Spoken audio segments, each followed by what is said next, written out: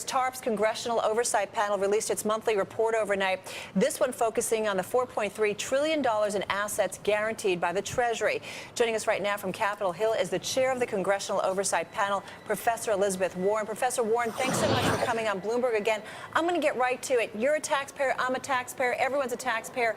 TARP program, will it make a profit and when? Well, let's just take this little segment of the TARP program, and that is on the guarantee program. If everything stays on track, it looks like we're probably going to turn a profit on it. We're going to make some money out of this one. All right, that's a good thing. I'm glad to hear that. Tell me how much money and when do you think we'll see that profit? Well, we don't know for sure how much money, although I should say the fees that we got on the guarantees, the real point is we put a lot of guarantees out there and we haven't had to pay off on them. We may end up having to pay something on the city guarantees, but even so, we're likely to make a profit based on, at least so far, based on the fees that we've been able to collect. The real impact of this report is to say, I think, three things. Good news on that part, but also to remind us there was some real risk that the American taxpayer took over the last year. This is saying the risk paid off, but lots of risk. And the import of this report is the going forward. We have now fundamentally changed the world because we now live in a world in which many, many investors believe and many companies operate as if the chosen ones are going to have guarantees backing them up. And Professor Warren, that changes things. We want to dig deeper into that, but I'm going to push you a little bit because I really do want to get an idea. I think we all want to get an idea of when we see a profit here. What we're seeing now, on this part of the program, just on the guarantees part, we're being paid fees. We got fees from Bank of America. We got fees on all of the money market program. Remember, we went in and guaranteed over $3 trillion in money market funds. We've gotten the guarantees and closed that program. So we've actually made our profits on that.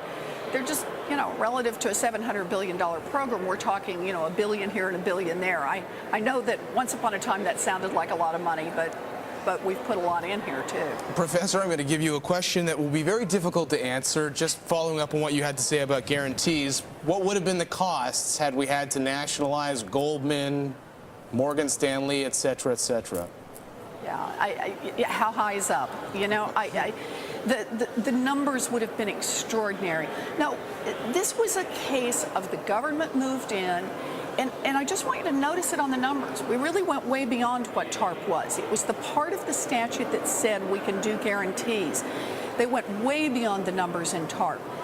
They made a gamble, and look, the truth is it paid off. It was a lot of risk, but I think the people who were making the decision felt like the alternatives on the table were not good alternatives.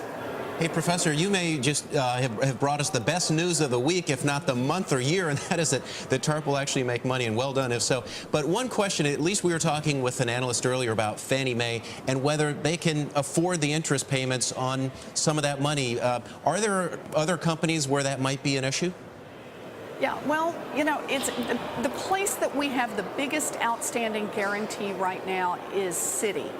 And with Citi Financial, we guaranteed about $300 billion of their assets. And let's face it, they're a real mix of assets. Indeed, one of the points we call out in this report is we want more transparency on what's in the taxpayers' collateral in those guarantees. What is it exactly that's in there and how do we value it?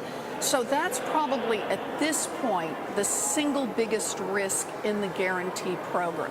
The rest of it seems to be, the guarantees we made between the banks, those have expiration dates out to 2012, but those are looking really good right now, based on current conditions. And as I said, the money market one has gone away. We're ready to dial back on the FDIC increases in guarantees. So, Professor Warren, so pretty good on the program. I can't let you go without asking you. You got 5 seconds. Barney Frank has mentioned he'd like to see you head the proposed Consumer Financial Protection Agency. 5 seconds. Would you consider it?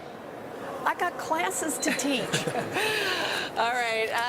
We'll have to follow up with this one. All right. Professor Warren, thank you so much.